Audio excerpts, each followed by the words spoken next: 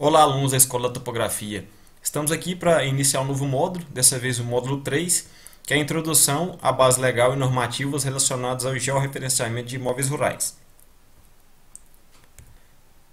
Estamos falando sobre as principais normas técnicas, onde já foi falada a primeira edição da norma técnica, e agora vamos tratar da segunda edição da norma técnica. Nessa segunda edição, que foi publicada na data de 16 de 9 de 2010, e a gente vai tratar dos capítulos iniciais, que são dos capítulos 1 ao capítulo 4.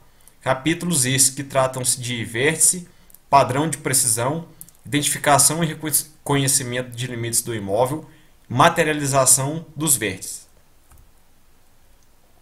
Então, iniciando aqui o nosso capítulo 1, vértices. Esses aqui são os assuntos desse capítulo 1, né?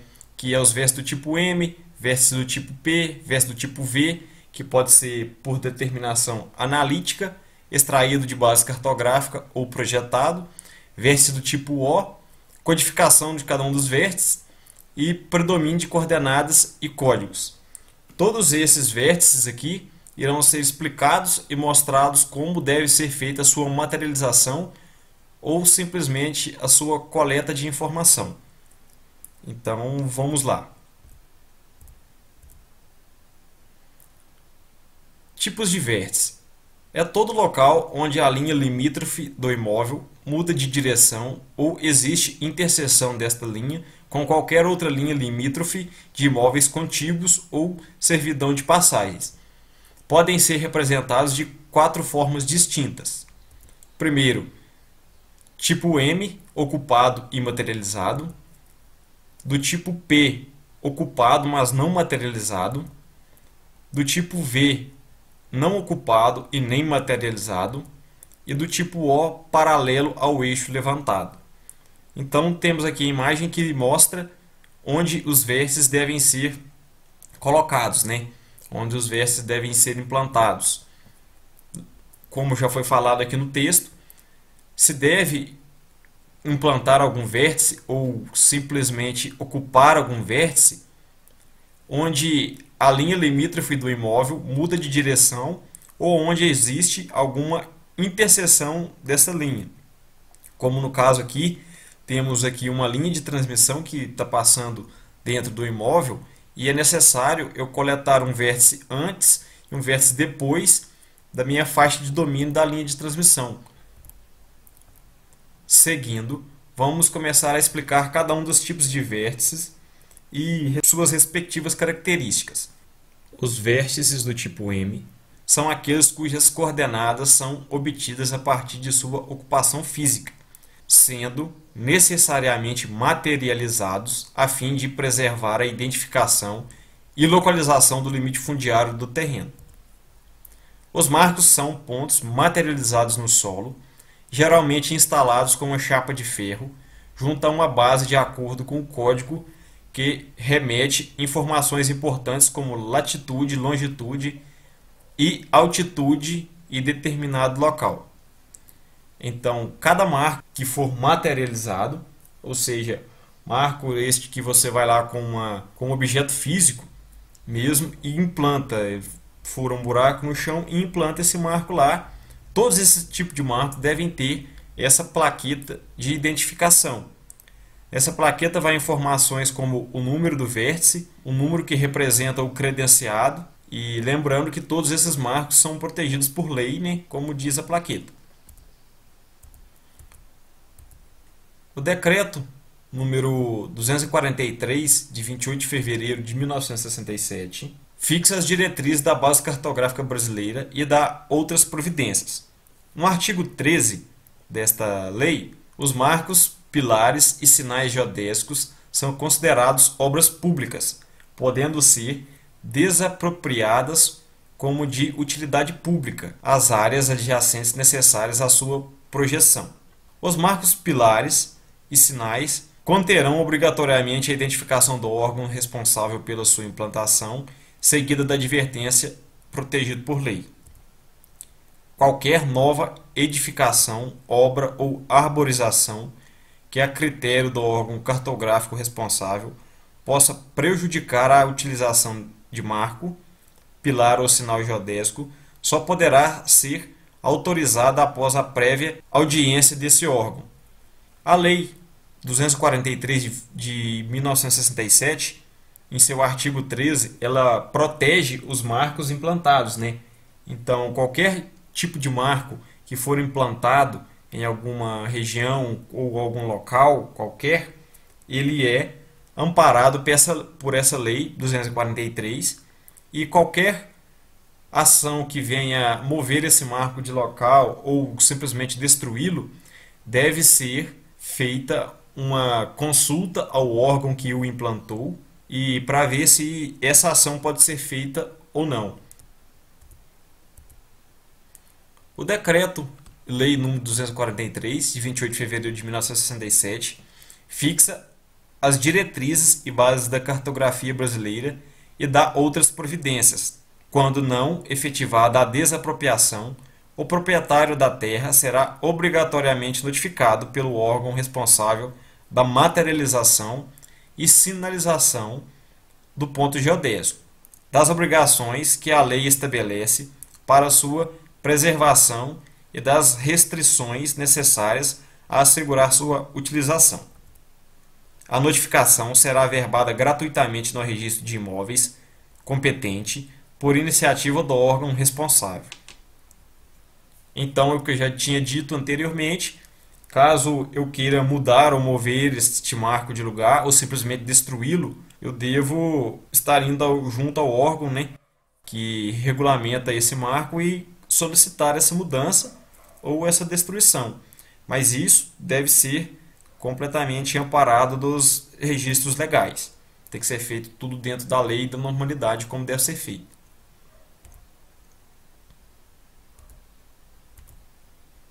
Vértice tipo P. Ponto. Os vértices do tipo P são aqueles cujas coordenadas são obtidas a partir das ocupações física e estão localizados na divisa do imóvel ao longo de acidentes físicos ou geográficos. Esses vértices não precisam ser materializados de forma perene, mas devem ser codificados. Então, os vértices do tipo P, diferentes dos vértices do tipo M, eu não preciso implantar nenhum marco em campo. Basta apenas eu coletar os pontos da minha divisa. No caso aqui da imagem, é um rio navegável. Notem que eu peguei os pontos acompanhando os limites do terreno, a fim de demonstrar perfeitamente o meu limite. E esses marcos não são materializados, como eu já falei, mas porém eles devem ser codificados. Cada ponto desse coletado no meu georreferenciamento, eu devo fornecer a codificação deles. Ou seja, eles devem ter um número e esses números devem acompanhar o conjunto de coordenadas de cada um desses pontos. Então, suponhamos que eu tenho o vértice tipo P, número 50. Então, eu tenho que indicar, né, a coordenada do meu vértice tipo P, número 50. Entendeu? É um procedimento simples, uma vez que você coletou as coordenadas dos pontos, é necessário apenas nomear os pontos.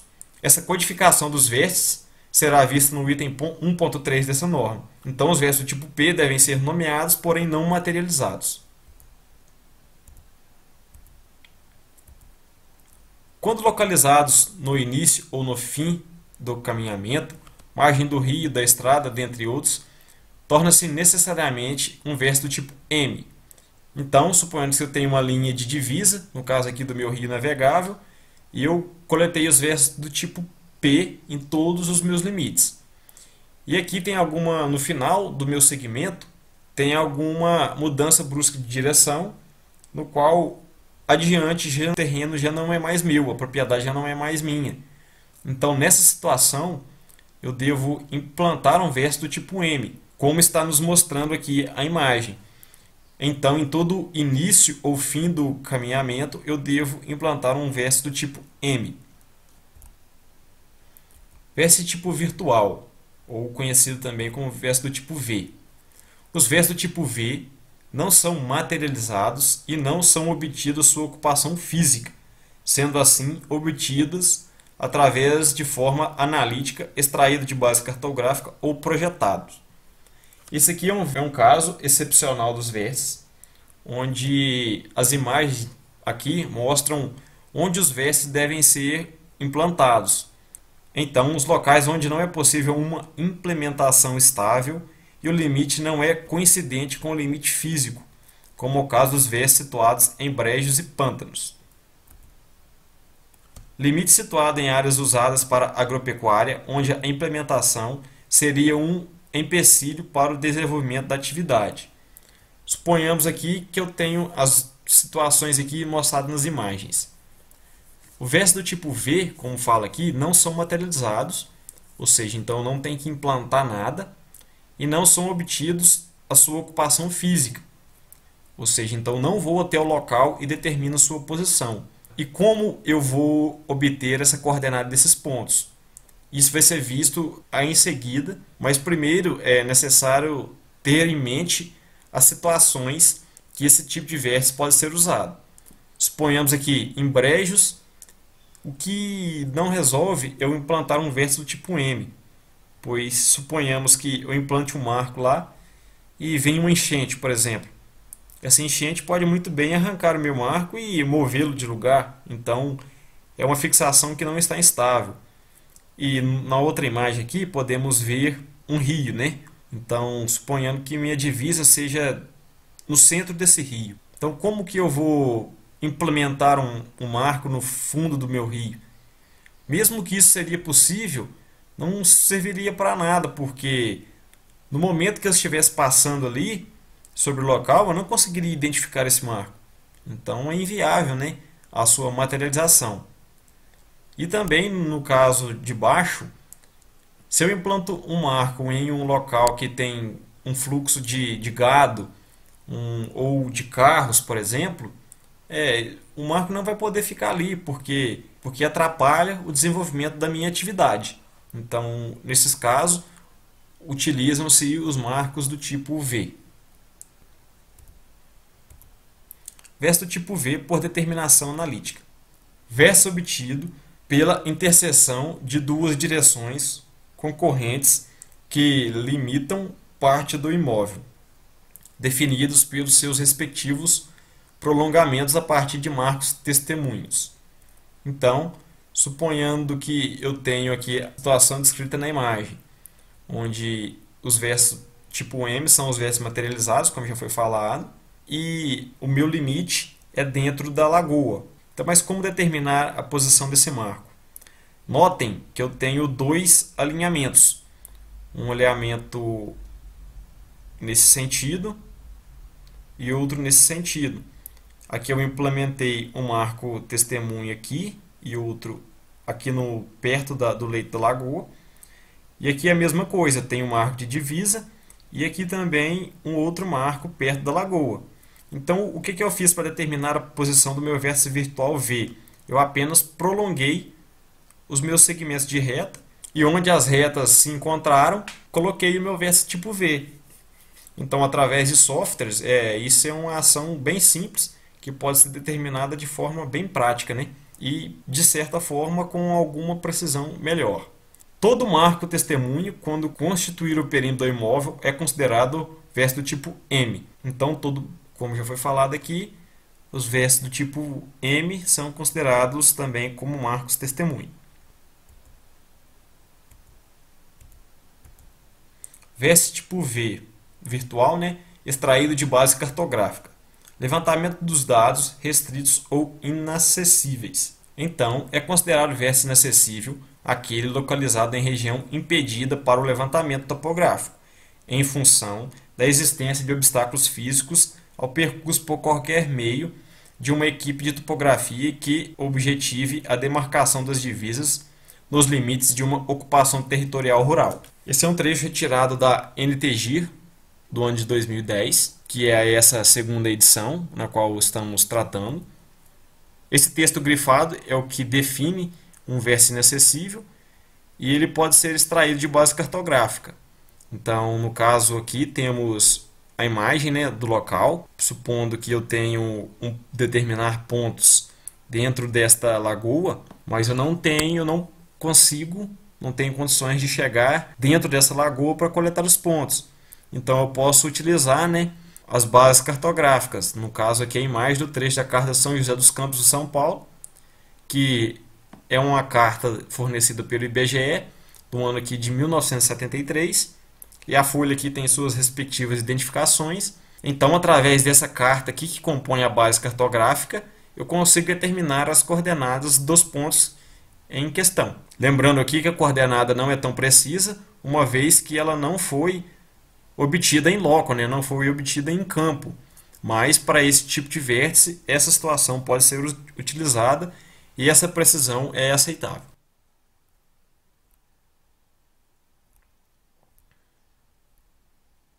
Temos aqui algumas formas de se obter os vértices inacessíveis, que devem ter uma precisão melhor ou igual a 7,5 metros. Visto isso, temos algumas formas disponíveis no mercado para determinar essas posições, como por exemplo as imagens de satélites, que muitas das vezes podem ser obtidas de forma gratuita pela internet, né? Existem alguns satélites que fornecem essas precisões requeridas, como por exemplo o satélite Worldview 1, tem uma precisão de 0,5 metros de resolução. Então eu consigo determinar o meu vértice com a precisão de 50 centímetros. Bem melhor do que a precisão aceitada pela norma, né, que é 7,5 metros. Então aqui é uma lista de satélites que possuem a precisão necessária para determinar os vértices inacessíveis. É uma ótima solução para determinar esse tipo de vértice, e também pode ser obtido de forma simples da internet. Basta baixar alguma imagem de algum desses satélites e definir os seus pontos. E depois, né, apresentar como esses pontos foram adquiridos. Vértice tipo V projetado. O vértice é determinado no interior do perímetro do imóvel a partir das informações constantes das matrículas que a compõem. Tem a finalidade de representar espacialmente os limites dessa matrícula. Então, a outra forma de determinar a posição do vértice tipo V é utilizar, né, os documentos que estão registrados. No caso aqui, os números das escrituras, o número das matrículas, e bem como a posição, né, de cada um dos meus pontos, cada um dos meus pontos de divisa, que aqui são fornecidos através de azimuths e distâncias. Eu posso simplesmente estar locando esses pontos e vendo onde o meu ponto dá. Então é outra forma de se obter o vértice tipo V, através de documentação. Vértice tipo O, paralelo ao eixo levantado.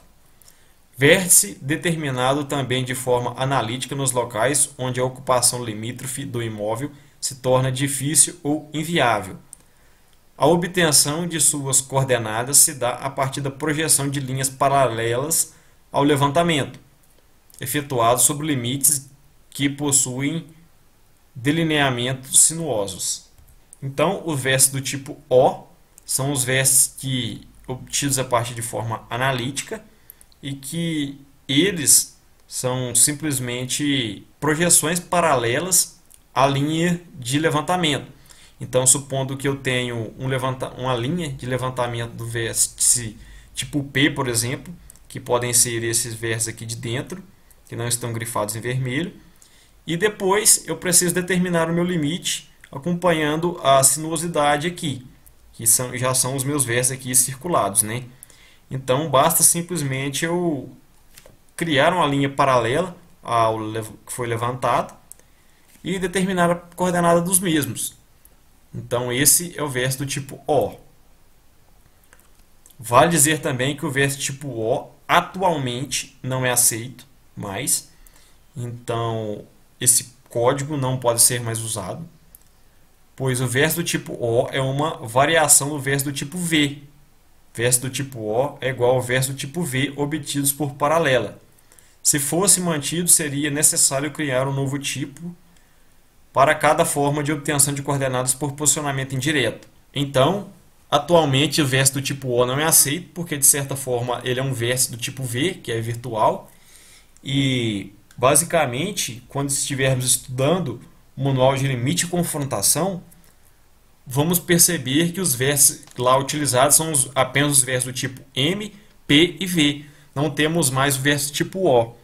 Essa foi uma atualização feita no ano de 2013 no manual de posicionamento, que desconsidera o vértice do tipo O, pois acreditam, né, que ele é uma variação do vértice do tipo V. Então não faz sentido, não se faz necessário utilizá-lo mais. Codificação dos vértices. Os vértices do imóvel rural serão identificados individualmente por um código único, 8 caracteres, que será gerado pelo credenciado responsável pelo serviço de georreferenciamento, contendo informações do credenciado, informações para contato, número sequencial, código do credenciado e tipo do vértice. Então, essas são as informações que devem ter naquelas plaquetas de identificação dos marcos. Então, onde está escrito credenciado, eu posso colocar, né, mandar fazer uma plaqueta com as informações para contato. E também um código do credenciado, que cada profissional credenciado ao INCRA, ele possui um número. Então, eu preciso que esse código do credenciado seja preenchido para que futuramente, quando eu percorrer esse marco e me deparar com ele, encontrar ele em campo, eu consiga alguma informação sobre esse marco. Então, o tipo do vértice vai ser sempre o vértice do tipo M, no caso de georreferenciamento, pois o vértice do tipo M é o único que exige ser materializado. E aqui o número sequencial, ou seja, o número de identificação do vértice. Critérios de codificação. Os 3 primeiros campos serão preenchidos pelo código do credenciado responsável, pelo serviço de georreferenciamento, constante na Carteira Nacional de Credenciado emitido pelo INCRA. Exemplo, MHJ.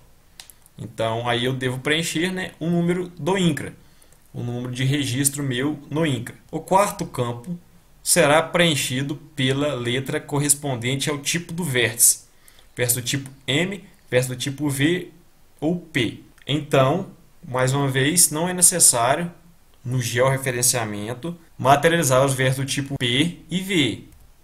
Os 4 últimos campos serão preenchidos sempre pelo credenciado, por meio de uma numeração sequencial, começando pelo número 0001. O vértice seguinte será o número 0002 e assim sucessivamente até o último vértice do imóvel. Então, supondo que eu comece um vértice no meu imóvel, eu marco lá número 0001 e vou seguindo, implantando os marcos onde se deve ser colocado. Então, por fim, eu vou ter lá o número do meu marco final. Lembrando que em um próximo georreferenciamento que o profissional irá fazer, eu devo continuar essa numeração. Eu não posso começar de novo do 0001. Eu tenho que seguir a minha numeração. Quando este número atingir o valor de 9.999, o credenciado deverá reiniciar essa sequência, substituindo no primeiro campo à esquerda o número 9 pela letra A. A nova sequência será encerrada quando alcançar a configuração A999. Alcançando este valor, reiniciar substituindo a letra A pela letra B, assim sucessivamente até alcançar a letra Z. Ao esgotar este sequenciamento, o profissional credenciado deverá implementar uma nova sequência, começando com AA01 até AA99, seguindo por AB01 até AB99 e, assim sucessivamente, até acabar as sequências com ZZZ9. Após finalizar esse sequenciamento, deverá iniciar com 00A, seguindo de 001A e assim por diante até 999A, seguindo de 00B até 999B e assim sucessivamente até chegar em 9ZZ. Lembrando que essa sequência é muito difícil de ser alcançada, alcançar o número de 9.999 vértices é muita coisa, é muito serviço que deve ser feito. Então, essa sequência aqui é mais a critério de conhecimento mesmo, mas que é bem complicado, é bem difícil chegar a essa quantidade de vértices. A sequência dos 4 últimos campos serão independentes para cada tipo de vértice, ou seja, então cada vértice, à medida que o vértice for mudando, vai mudando também a sua numeração, funcionando assim de forma independente. Essas codificações deverão ser adotadas pelo credenciado para todos os imóveis georreferenciados por ele, visando o atendimento desta norma, de forma que nenhum código já utilizado em qualquer vértice de outro imóveis georreferenciados anteriormente por este mesmo profissional venha a ser reutilizado. Então, aquilo que eu tinha dito, né? Quando eu termino um serviço em uma propriedade, quando eu vou para outra propriedade, eu não posso zerar a contagem, eu tenho que continuá-la. No caso do término da sequência alfanumérica única do credenciado, deverá esse solicitar um novo código de credenciamento no Comitê Nacional de Certificação do INCRA. Então, é um número parecido com esse, né? Código do credenciado, tipo de vértice e numeração sequencial. O vértice, então, terá que ter essas informações.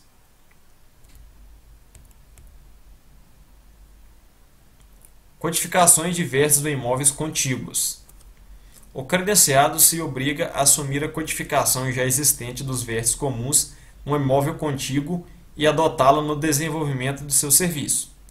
Como exemplo, temos imóvel referenciado pelo credenciado do código MHJ, imóvel B, contendo 6 vértices, dos quais 3 são comuns a um imóvel já certificado pelo INCRA, imóvel A. O georreferenciado por outro credenciado do código SGR. Então, suponhamos aqui que eu tenho que realizar a medição do imóvel B, no qual a minha credencial é MHJ, sendo que meu imóvel A já foi georreferenciado pelo profissional com a inicial SGR. Então, quando eu for realizar a medição do meu imóvel B, eu devo aproveitar, né, esses vértices aqui que já foram implantados e certificados pelo profissional com a inicial SGR. Então, eu não preciso gastar a minha numeração com esses vértices. Eu posso apenas aproveitá-los, já que os vértices, aqui em destaque em vermelho, são comuns aos 2 imóveis. Predomínio de coordenadas e códigos.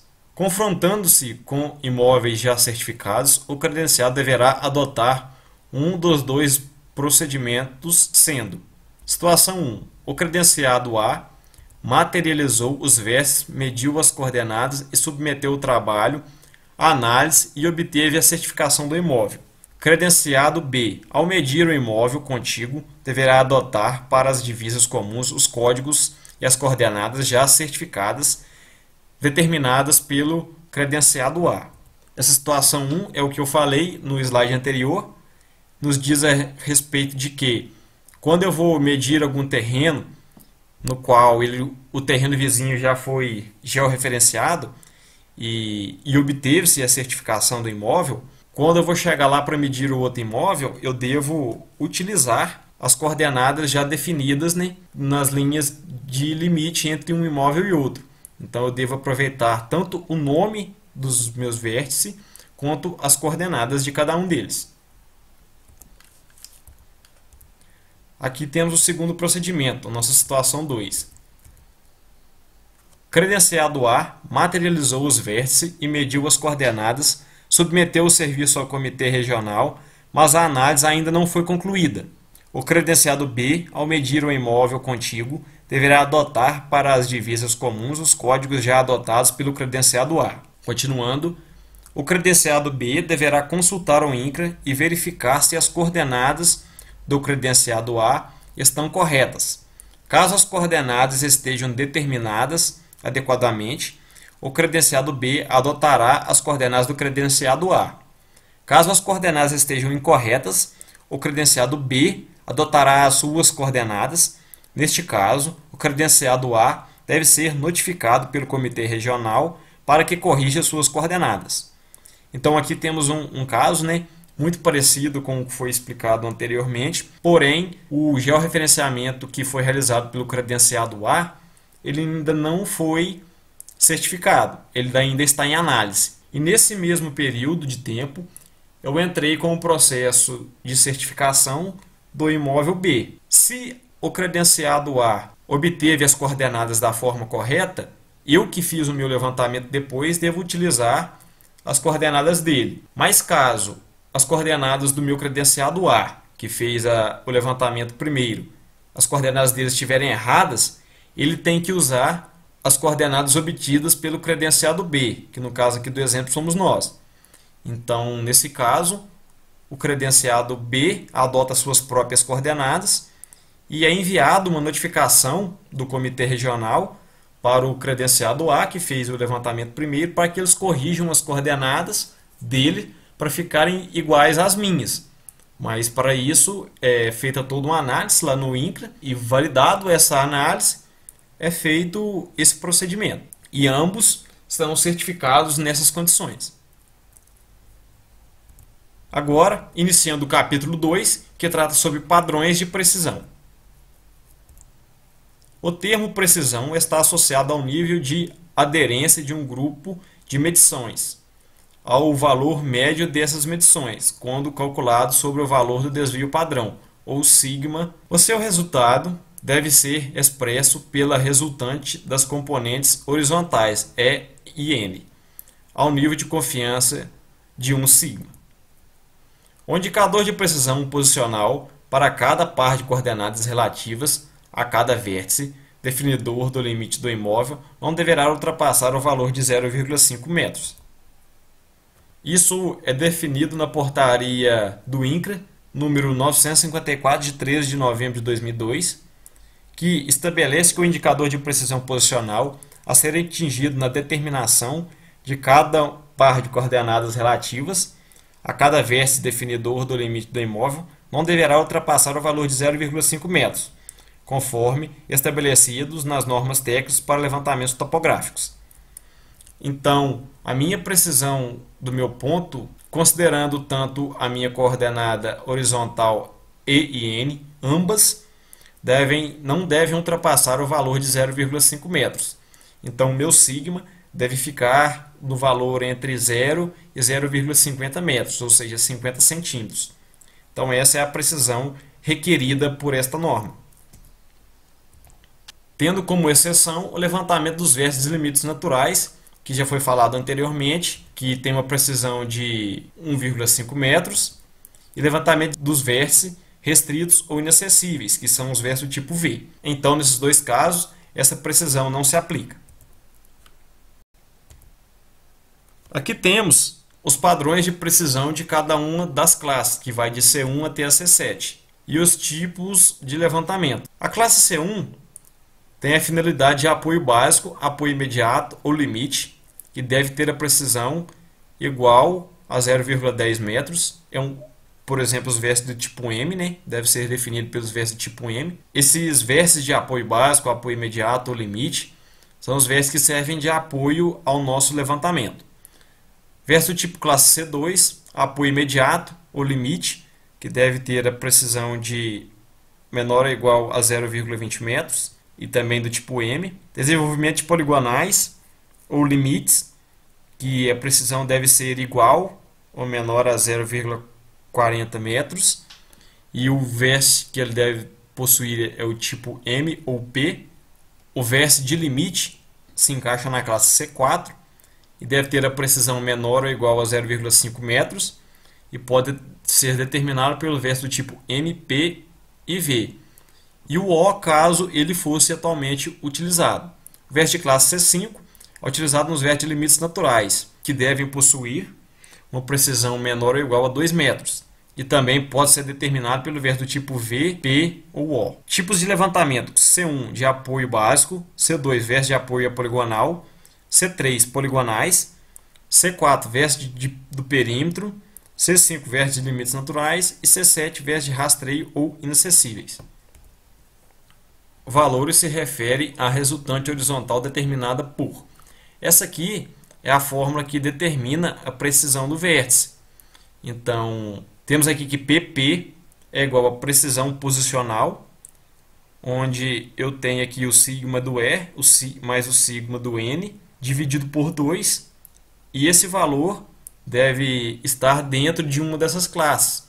Então, se eu quero um vértice, por exemplo, de classe C4, esse meu resultado de PP deve ser menor ou igual a 0,5 metros, bem como as outras precisões.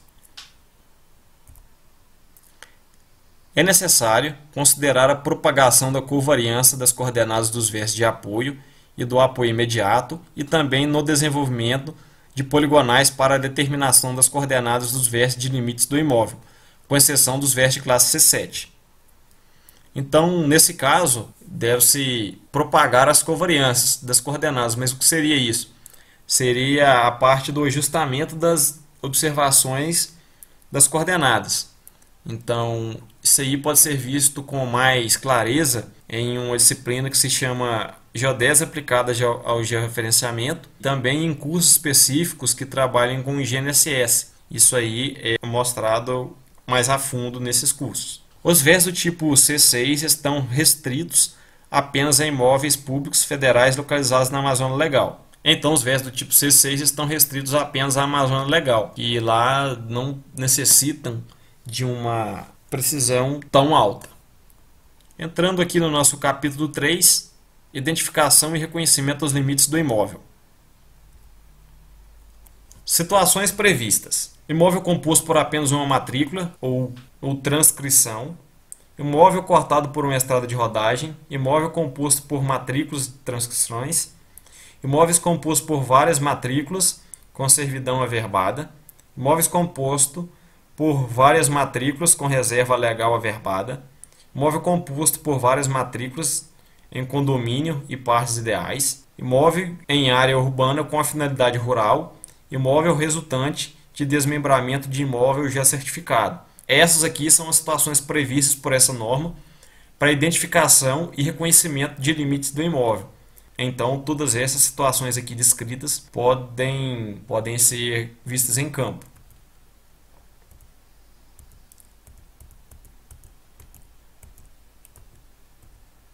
Documentação solicitada pelo credenciado ao proprietário, reconhecimento de limites, identificação dos limites. Então, estes passos são necessários para que se identifique da melhor forma possível e de uma forma mais exata os limites do imóvel. Então, através da documentação, eu vou em campo, reconheço meus limites, identifico os limites, como esses limites são.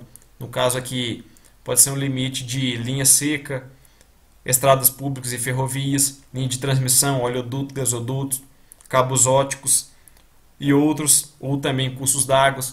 Através dessas informações, eu posso identificar com maior precisão e mais critério, o meu limite. Então, tendo essas informações em mãos, eu consigo realizar um trabalho melhor, fornecer as informações básicas para que o meu georreferenciamento seja certificado.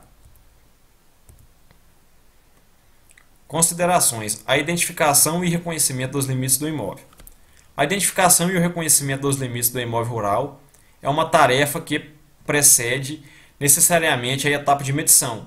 Destina-se a assegurar que o profissional não cometerá erros no caminhamento a ser percorrido. Então, a identificação e reconhecimento dos limites auxilia o profissional na hora de coletar informações dos limites, ou seja, ele vai medir os pontos nos locais corretos, para não ter o problema de o profissional medir terreno alheio, ou também não medir o imóvel na divisa correta, no lugar correto. O processo de identificação dos limites do imóvel deverá ser iniciado com a rigorosa avaliação da sua documentação, especialmente a descrição imobiliária do registro de imóveis e a documentação técnica existente no INCRA, sobretudo eventuais coordenadas já determinadas e certificadas por sua autarquia. Então, o processo de identificação do imóvel deve ser feito avaliando de forma rigorosa a documentação e o que está em campo, né? A fim de evitar problemas futuros. Imóvel composto por apenas uma matrícula ou transcrição. Vamos agora falar daqueles exemplos citados, daquelas situações previstas, a fim de explicar melhor cada uma delas. Este imóvel rural deverá ser representado por um único memorial descritivo, elaborado a partir de uma planilha de dados cartográficos que contenha todos os versos do seu perímetro. Imóvel composto por apenas uma matrícula, cortada por uma estrada de rodagem. Então, eu tenho um imóvel que ela passa uma rodovia dentro dela. No caso aqui, por exemplo, a BR-381.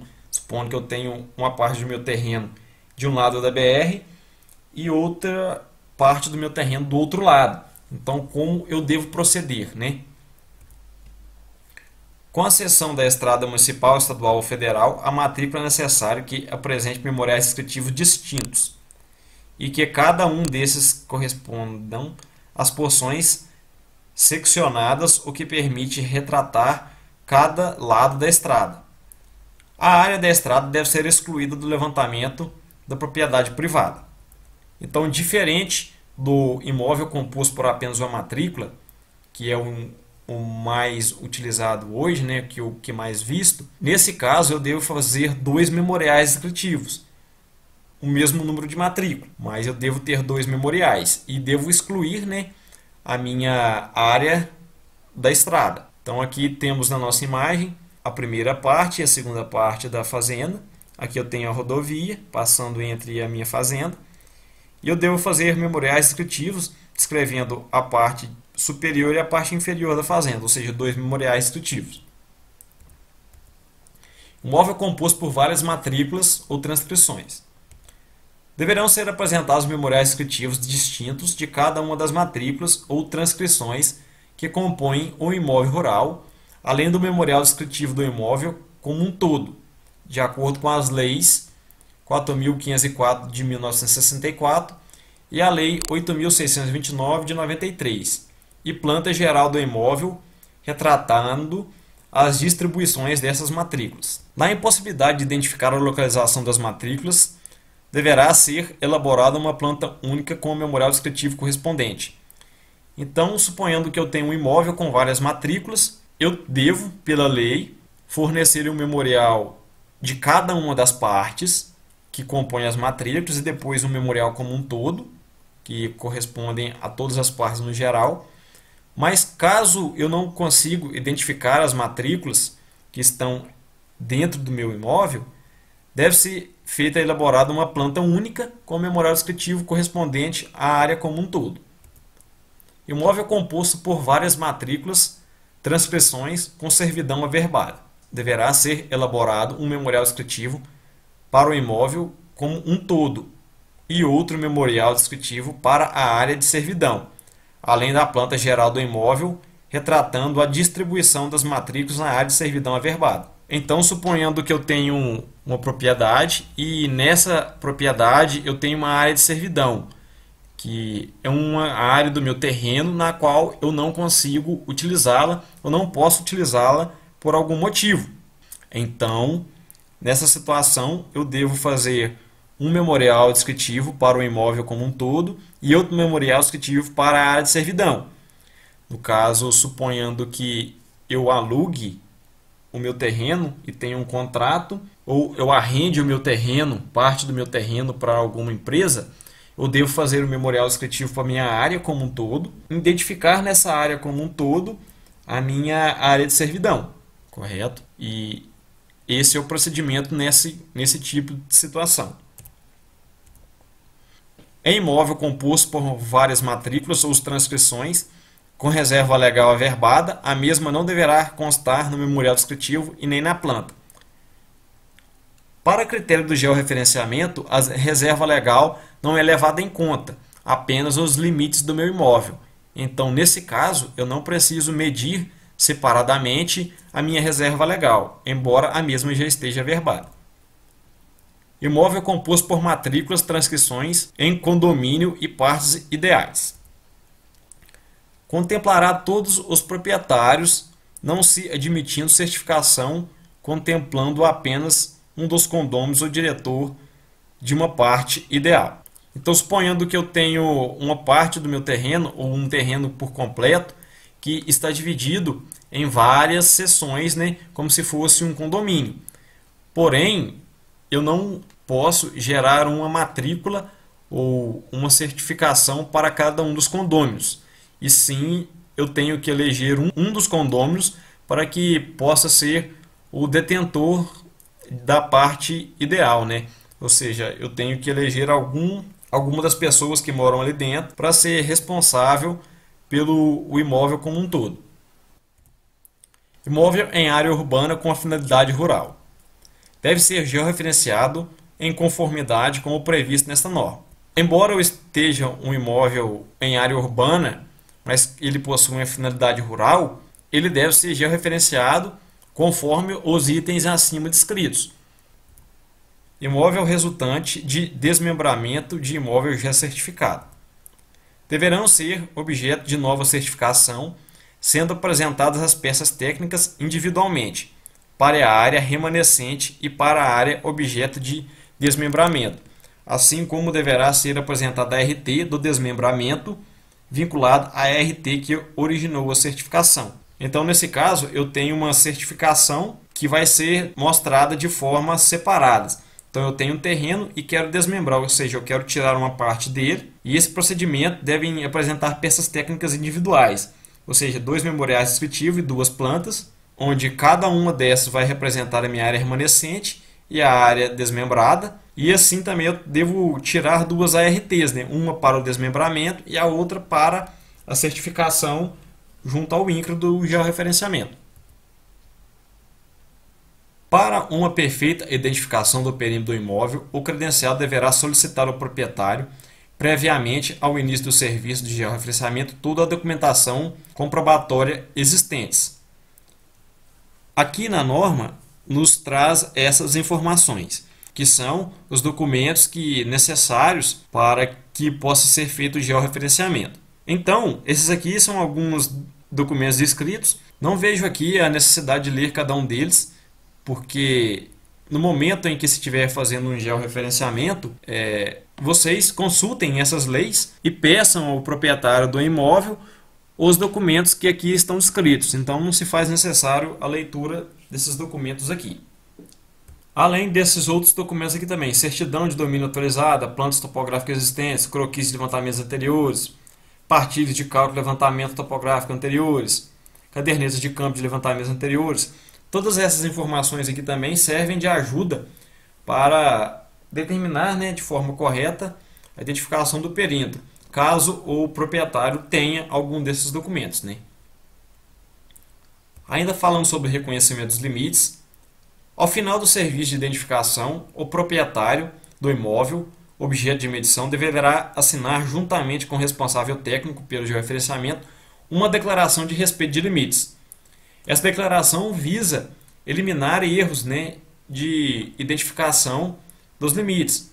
Então eu tenho aqui um documento que está disponível no anexo 14 da norma, e nela tem a forma dos dados que devem ser preenchidos e que fala sobre o reconhecimento dos limites em campo.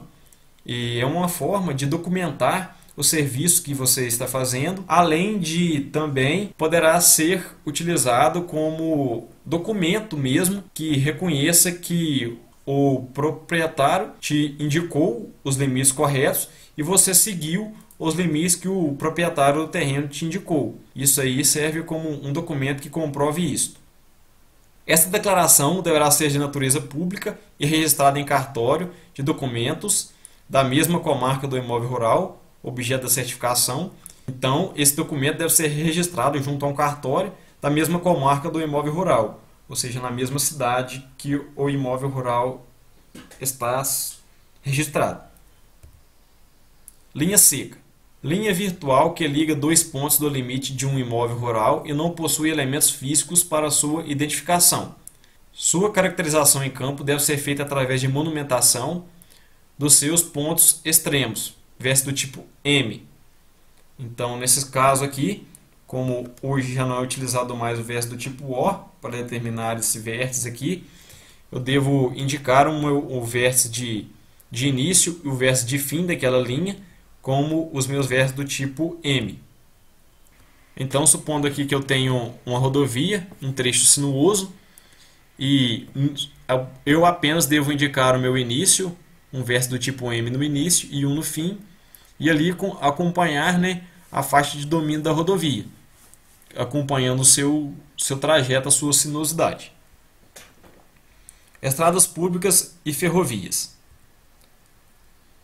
Nos imóveis rurais confrontantes com estradas públicas e ferrovias estaduais e ou municipais e ferrovias, a identificação de seus limites deverá estar de acordo com a faixa de domínio fixada pelo órgão ou empresa responsável ou legislação específica.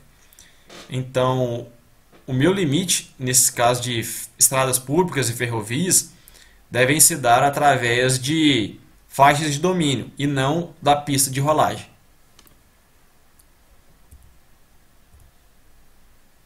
Linha de transmissão, oleoduto, gasoduto, cabos óticos e outros. Observam-se as características das faixas de domínio ou servidão junto às respectivas concessionárias. A área correspondente à faixa de domínio ou servidão não deverá ser descartada em área total do imóvel. Então, nesse caso, diferente do outro citado anteriormente, no caso das rodovias federais, onde eu devo ter 2 memoriais descritivos, nesse caso eu devo ter apenas um memorial descritivo e a minha faixa de domínio aí, do meu gasoduto ou oleoduto, que seja, eu devo mostrar ela no meu levantamento. Então essa área deve estar somada ao meu levantamento. Diferente também do caso citado anteriormente, em que a área era excluída. E essa área de domínio, essa faixa de domínio, a largura dela é determinada pelo órgão ou pela empresa que realizou o serviço. Então, essa empresa vai determinar o tamanho da minha faixa de domínio que deve ser seguida e cabe a você atender a elas. Cursos d'água. Utiliza das margens dos cursos d'água, independentes de ser navegável ou não, exceto se estabelecido de forma contrária por sua matrícula ou transcrição. Então, em casos que o meu terreno faz divisa com algum curso d'água, seja ele navegável ou não, eu devo utilizar a margem do rio como forma de divisa, a menos que isso esteja indicado na minha matrícula. Então, caso tenha alguma matrícula, algum documento que comprove que a minha divisa no eixo do rio ou na outra margem, isso deve ser constado na matrícula. Caso não conste nada na matrícula, considera-se a margem do rio como sendo o limite. Todo verso do tipo M, limite ou de apoio, deverá estar materializado antes do processo de medição, sendo representado por monumentos artificiais implantados pelo detentor do imóvel conforme o padrão. Então aqui são alguns exemplos dos marcos que podem ser implantados. Então esses marcos devem ser implantados, aí depois você realiza a medição sobre eles. Aqui temos um exemplo de um marco de concreto e de um marco de aço de metal, onde os mesmos, né, como já foi falado, devem estar munidos da plaqueta de identificação. Materialização dos vértices. Os vértices já monumentados por meio de plaquetas ou mourões, desde que em boas condições de conservação e rigidez, ou rochas aflorantes à superfície do solo, poderão ser aproveitadas e deverão ser identificadas por plaqueta chapa de metal. Então, essas plaquetas devem ter as informações, né, que aqui estão descritas, e com espessura mínima de 2 milímetros. Essa aí é uma imagem da vista lateral da plaqueta. Se forem aproveitadas plaquetas ou morões, as plaquetas poderão ser posicionadas no topo ou na lateral dos mesmos, objetivando a conservação e identificação do vértice. No caso da implantação das plaquetas na lateral, a ocupação deverá ocorrer na face da plaqueta. Então, quando eu implanto as plaquetas na lateral, a ocupação deverá ocorrer na face da plaqueta, ou seja, então eu devo utilizar de alguma ferramenta que me possibilite essa ocupação. Materialização. Tipo M. Vértice materializado, medido e codificado em campo. Vértice tipo P. Vértice medido e não materializado. Tipo V. Vértice determinado indiretamente e não materializado. Do tipo O, paralelo ao eixo medido e não materializado. Então, como já dito, né, os vértices de classe C1 e C2 deverão ser materializados de acordo com os padrões, e o vértice do tipo O não pode mais ser utilizado. Vértices do tipo classe C3, que fazem parte apenas de poligonais de apoio e demarcação, poderão ser materializados com piquetes de madeira. Neste caso, não necessitarão de codificação. A segunda norma técnica estabelece algumas das características dos marcos, bem como os materiais que devem ser feitos. Supondo aqui que eu vou fazer um marco de concreto de forma tronco piramidal, ele deve ter esse traço, né? O traço seria o que? A quantidade de composição de areia, cimento e pedra que deve conter, o diâmetro que deve se ter, as dimensões dos marcos e algumas considerações que são a alma de ferro e vergalhão nesse caso. Ou seja, no interior do marco eu devo ter um vergalhão atravessando ele de ponta a ponta. Caso meu marco seja de granito, a única forma possível que eu posso utilizar é o tronco piramidal e também as dimensões de 8 por 12 por 60 centímetros. O marco de ferro ele tem que ter o formato de espinha de peixe com o diâmetro de 49,5 milímetros, a dimensão de 900 milímetros de comprimento, ou seja, 90 centímetros, e ferro galvanizado e com base pontiaguda. E também um dos materiais muito utilizados são os marcos de material sintético, devido ao seu peso e também a sua resistência e também o valor. É um marco assim que se pode ser encontrado por um preço mais baixo e que ele é resistente a fogo, como aqui é descrito, e também ele possui um peso menor. Então, quando se vai transportar esse tipo de marco, você consegue transportar uma quantidade maior devido ao seu peso ser reduzido. É a única forma que é aceita por esse marco de material sintético é o tronco piramidal, as dimensões de 8 por 12 por 60 centímetros, como os de concreto, e devem ser resistentes ao fogo. Observação: todos os materiais devem conter uma chapa de metal, aço inoxidável, alumínio, cobre ou bronze, contendo identificação do vértice, aflorando cerca de 10 centímetros do solo natural. Então, cada marco deve ter espaço para a sua respectiva identificação e também ele deve estar posicionado a aproximadamente 10 centímetros do solo, para que ele possa ser fácil encontrado, né? E o material da plaqueta, na maioria das vezes, é um alumínio, devido também ao seu preço e à sua resistência. Então é isso, pessoal. Essa foi a nossa aula, que tratou sobre o início da norma técnica, né? Da segunda edição da norma técnica para georreferenciamento de imóveis rurais. E agradecemos pela sua atenção e até a próxima aula.